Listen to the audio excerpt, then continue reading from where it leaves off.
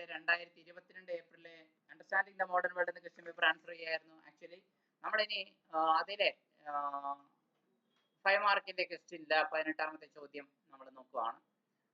18ാമത്തെ ചോദ്യം എങ്ങനെയാണ്? Did the Pearl Harbor incident lead to the Second World War? Explain. അതായത് Pearl Harbor സംഭവം അത് രണ്ടാം ലോക മഹായുദ്ധത്തിലേക്ക് നയിച്ചു എന്നതാണ് നമ്മുടെ 18th ക്വസ്റ്റ്യന്റെ ക്വസ്റ്റ്യൻ. അങ്ങനെയാണ്, did the Pearl Harbor incident lead to the Second World War? Part ബിയിലാണ് ഈ ക്വസ്റ്റ്യൻ ഉള്ളത്. 5 മാർക്കിന്റെ ചോദ്യമാണ്. സി, നമുക്ക് എങ്ങനെയാണ് ഉത്തരം എഴുതാൻ സാധിക്കുക? പേൾ ഹാർബർ സംഭവം എന്ന് പറഞ്ഞാൽ ജപ്പാൻ അമേരിക്കയുടെ ഒരു തുറമുഖ നഗരം അല്ലെങ്കിൽ തുറമുഖം സൈനിക താവളം എന്ന് വേണമെങ്കിൽ പറയാം, അത് ആകെ തകർത്ത് കളയുന്ന ഒരു സംഭവമാണ് പേൾ ഹാർബർ സംഭവം എന്ന് പറയുന്നത്. ഈ പേൾ ഹാർബർ സംഭവം തീർച്ചയായിട്ടും അമേരിക്കയെ യുദ്ധക്കളത്തിൽ ഇറക്കിയ സംഭവമാണ്. ജപ്പാൻ എന്ന് പറയുന്ന അങ്ങ് ദൂരെ കിടക്കുന്ന ഒരു കുഞ്ഞൻ ദ്വീപ് രാഷ്ട്രം അമേരിക്ക എന്ന് പറയുന്ന രാഷ്ട്രത്തിനെതിരെ ഇത്രയും വലിയ പ്രഹരം നൽകാൻ തക്ക കാരണങ്ങളൊന്നുമില്ല എന്ന് അമേരിക്ക വിശ്വസിച്ചിരിക്കുമ്പോൾ ജപ്പാൻ ഒരു അനാവശ്യമായ ഒരു പ്രകോപനം ഉണ്ടാക്കിക്കൊണ്ട് അമേരിക്കയെ യുദ്ധത്തിലേക്ക് വലിച്ചിഴച്ച സംഭവം കൂടിയാണ് ഇത്. ദ ഇമ്മീഡിയറ്റ് ആഫ്റ്റർമാത്ത് എന്താണ് എന്ന് ചോദിച്ചാൽ, അതുകൊണ്ടുണ്ടായ പെട്ടെന്നുണ്ടായ അനന്തരഫലം എന്താണെന്ന് ചോദിച്ചാൽ, the surprise attack by imperial Japanese navy. Japan സാമ്രാജ്യത്തിന്റെ ആ സൈന്യം, പ്രത്യേകിച്ച് നാവിക സൈന്യമാണ് ഇങ്ങനെ ഒരു മിന്നൽ ആക്രമണം, സർപ്രൈസ് അറ്റാക്ക് നടത്തിയത്. അത് 1941 ഡിസംബർ 7 നോക്കുക. അപ്പോഴേക്കും വേൾഡ് വാർ 2 ആരംഭിച്ചു കഴിഞ്ഞു. 1938-39 തന്നെ വേൾഡ് വാർ 1 ആരംഭിച്ചു കഴിഞ്ഞു. വേൾഡ് വാർ 2 ആരംഭിച്ചു കഴിഞ്ഞു. 40-41 വേൾഡ് വാർ നടക്കുകയാണ്. സെക്കൻഡ് വേൾഡ് വാർ നടക്കുന്ന സമയമാണ്. അപ്പോൾ അമേരിക്ക വന്നത് കൊണ്ടല്ല വേൾഡ് വാർ ഉണ്ടായത്, സെക്കൻഡ് വേൾഡ് വാർ ഉണ്ടായത്. അപ്പോഴേ തന്നെ സെക്കൻഡ് വേൾഡ് വാർ നടന്നുകൊണ്ടിരിക്കുന്നതിനിടയിൽ ജപ്പാന്റെ ഈ പ്രകോപനപരമായ പ്രവൃത്തിയെ കൊണ്ട് അമേരിക്കയും കൂടി ആ സെക്കൻഡ് വേൾഡ് വാറിന് പൊരുതാൻ വേണ്ടി ഇറങ്ങിത്തിരിക്കാൻ പ്രേരിപ്പിച്ചു. ഇത് വലിയ പ്രത്യേകത നമ്മുടെ പിന്നീട് അങ്ങോട്ടുണ്ടായ ഒരു 50 വർഷക്കാലത്തേക്കുള്ള രാഷ്ട്രീയ ചരിത്രത്തെ തന്നെ തകർത്ത് കളയുന്ന, മാറ്റിമറിക്കുന്ന സംഭവം മാറുന്നത്. കില്ലിംഗ് ഓവർ 2400 അമേരിക്കൻസ് ആൻഡ് ലഡിച്ചു. ഏതാണ്ട് ആ ഒറ്റ പേൾ ഹാർബർ ആക്രമണം തന്നെ സൈനികരടക്കമുള്ള അമേരിക്കയുടെ 2400 പൗരന്മാരാണ് കൊല്ലപ്പെട്ടത് എന്നതാണ് അതിന്റെ ഏറ്റവും വലിയ ദുരന്തം. ഇവരൊക്കെ അപ്രതീക്ഷിതമായി ഉറങ്ങിക്കിടക്കുകയായിരുന്നു, സൈനികരടക്കം. അപ്പോഴാണ് കപ്പലുകളും വിമാനങ്ങളും പാർക്ക് ചെയ്തിരുന്ന ആ തുറമുഖത്തില് വലിയ ബോംബ് സ്ഫോടനങ്ങളും പൊട്ടിത്തെറികളും ഒക്കെ ഉണ്ടാവുന്നത്. എന്തായാലും അമേരിക്ക ഇതിനെതിരെ പൊരുതാൻ തന്നെ തീരുമാനിച്ചു. അമേരിക്ക യുദ്ധം പ്രഖ്യാപനം നടത്തുകയാണ്. US ഡിക്ലറേഷൻ ഓഫ് വാർ ആണ് ഇതിന്റെ ഒന്നാമത്തെ impact. The US Congress declared war on Japan on December 8, 1941. 1941 December 8 American Congress യുദ്ധം പ്രഖ്യാപിക്കുകയാണ് ജപ്പാനെതിരെ. അന്ന് ഫ്രാങ്ക്ലിൻ ഡി റൂസ്വെൽറ്റ് ആണ് അമേരിക്കൻ പ്രസിഡന്റ് ആയിരുന്നത്. And Germany and Italy declare war. തീർച്ചയായിട്ടും ജർമ്മനിയുടെ ഒരു കൂട്ടാളിയായി തന്നെയാണ് ജപ്പാൻ അവിടെ നിലകൊള്ളുന്നത്. സ്വാഭാവികമായിട്ടും ജപ്പാനെതിരെ യുദ്ധം പ്രഖ്യാപിക്കുമ്പോൾ ജർമ്മനിയും ജപ്പാനും ചേർന്ന് അമേരിക്കക്കെതിരെ യുദ്ധം തിരിച്ചു പ്രഖ്യാപിക്കുകയാണ്. In response Germany and Italy allied with Japan. ജർമ്മനിയുമുണ്ട്, ഇറ്റലിയുമുണ്ട്, ജപ്പാനും ചേർന്നിട്ട് declared war on the US. അമേരിക്കക്കെതിരെ യുദ്ധം പ്രഖ്യാപിക്കുകയാണ്. ഇതിന്റെ വിപുലമായ പ്രത്യാഘാതം എന്നത്, ബ്രോഡർ ഇമ്പാക്ട് എന്താണെന്ന് വെച്ച് കഴിഞ്ഞാൽ, the US entry into the world war 2, രണ്ടാം ലോക മഹായുദ്ധത്തിലേക്ക് അമേരിക്ക പ്രവേശിച്ചു എന്നതാണ്. Had far reaching consequences. ഇത് ദൂരവ്യാപകമായ പ്രത്യാഘാതങ്ങൾ ഉണ്ടാക്കി.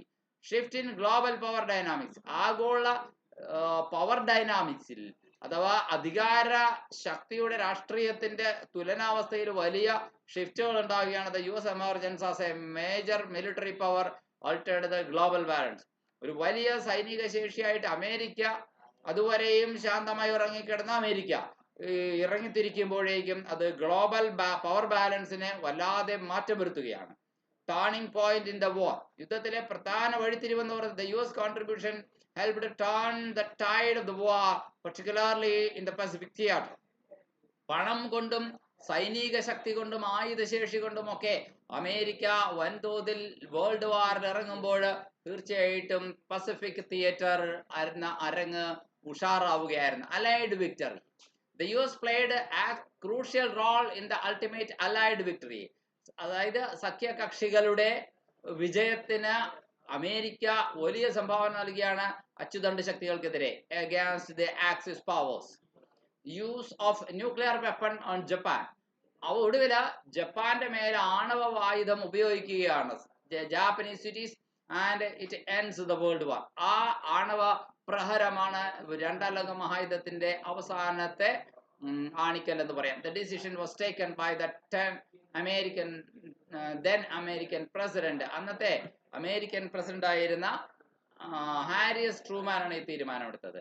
ഈ ഹിരോഷിമ, നാഗസാക്കി എന്നീ നഗരങ്ങള് എന്തായാലും ഒരു മാതൃക എന്നോണം അമേരിക്കയോട് കളിച്ചാൽ ഇങ്ങനെ ഇരിക്കും എന്ന ഒരു പാഠം ലോകത്തിലെ എല്ലാ രാജ്യങ്ങൾക്കും നൽകുന്നതിന് വേണ്ടി ഒരു മാതൃക എന്നോണം പൂർണ്ണമായും ആണവ സ്ഫോടനത്തിലൂടെ നശിപ്പിക്കുകയായിട്ട്. Pearl Harbor incident was a catalyst for the US entry into the World War II, which significantly impacted the war's outcome and the global balance of power. യുദ്ധത്തിന്റെ അവസാന ഫലം എങ്ങനെ ആയിത്തീരുന്നു എന്നത് ഹിറ്റ്ലറുടെ പ്രതീക്ഷകളെ തകർത്തുടച്ചുകൊണ്ട് എങ്ങനെ ആയിത്തീർന്നു എന്നുള്ളത് അമേരിക്കയുടെ കടന്നുവരവിൽ ഒരു വലിയ പങ്കുണ്ട്. പക്ഷെ ഒരിക്കൽ അമേരിക്കയല്ല സെക്കൻഡ് വേൾഡ് വാറിലേക്ക് ലീഡ് ചെയ്തത് ജപ്പാന്റെ പേൾ ഹാർബർ ആക്രമണം മാത്രവുമല്ല, അതിനു മുൻപേ തന്നെ സെക്കൻഡ് വേൾഡ് വാർ ആരംഭിച്ചു കഴിഞ്ഞിരുന്നു.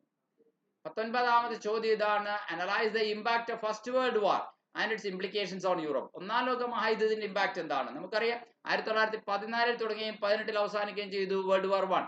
അതിന്റെ 18 അവസാനിച്ചെങ്കിലും ആ 18-നിടയില് 1917 റഷ്യയില് വലിയ ആഭ്യന്തര കലാപവും വിപ്ലവമൊക്കെ ഉണ്ടാകുന്നുണ്ട്, റഷ്യൻ വിപ്ലവമൊക്കെ ഉണ്ടാകുന്നുണ്ട്.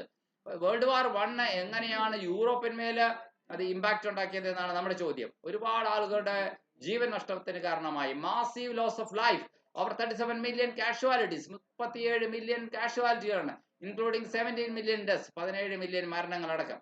ഡിസ്ട്രക്ഷൻ ആൻഡ് എക്കണോമിക് റൂയിൻ, വിനാശവും സാമ്പത്തിക നാശവുമാണ്. Widespread destruction, economic collapse and hyperinflation, വ്യാപകമായ വിനാശം, സാമ്പത്തികമായ തകർച്ച, അതുപോലെ തന്നെ ഹൈപ്പർ ഇൻഫ്ലേഷൻ എല്ലാം ഉണ്ടാവുകയാണ്. അതായത് വലിയ പണപ്പെരുപ്പം ഉണ്ടാവുകയാണ്, ലോക സാമ്പത്തിക രംഗം തകരുകയാണ്, ജനങ്ങളുടെ വാങ്ങൽ ശേഷിയെ വല്ലാതെ ബാധിക്കുകയാണ്, പട്ടിണി, ക്ഷാമവും ഉത്പാദന തകർച്ചയും എല്ലാം ഉണ്ടാവുകയാണ്. ഇതൊക്കെ വേൾഡ് വാറിന്റെ ഒരു ഇമ്പാക്റ്റ് ആണെന്ന് പറയും. യൂറോപ്പില് വേൾഡ് വാർ സാമ്പത്തികമായി തന്നെ പിടിച്ചു കുലുക്കി എന്ന് പറയാം. 1929 സാമ്പത്തിക മാന്ദ്യം പോലും, 1929 ഗ്രേറ്റ് ഡിപ്രഷൻ പോലും ഉണ്ടാക്കാൻ കാരണം വേൾഡ് വാർ 1 ആയിരുന്നു.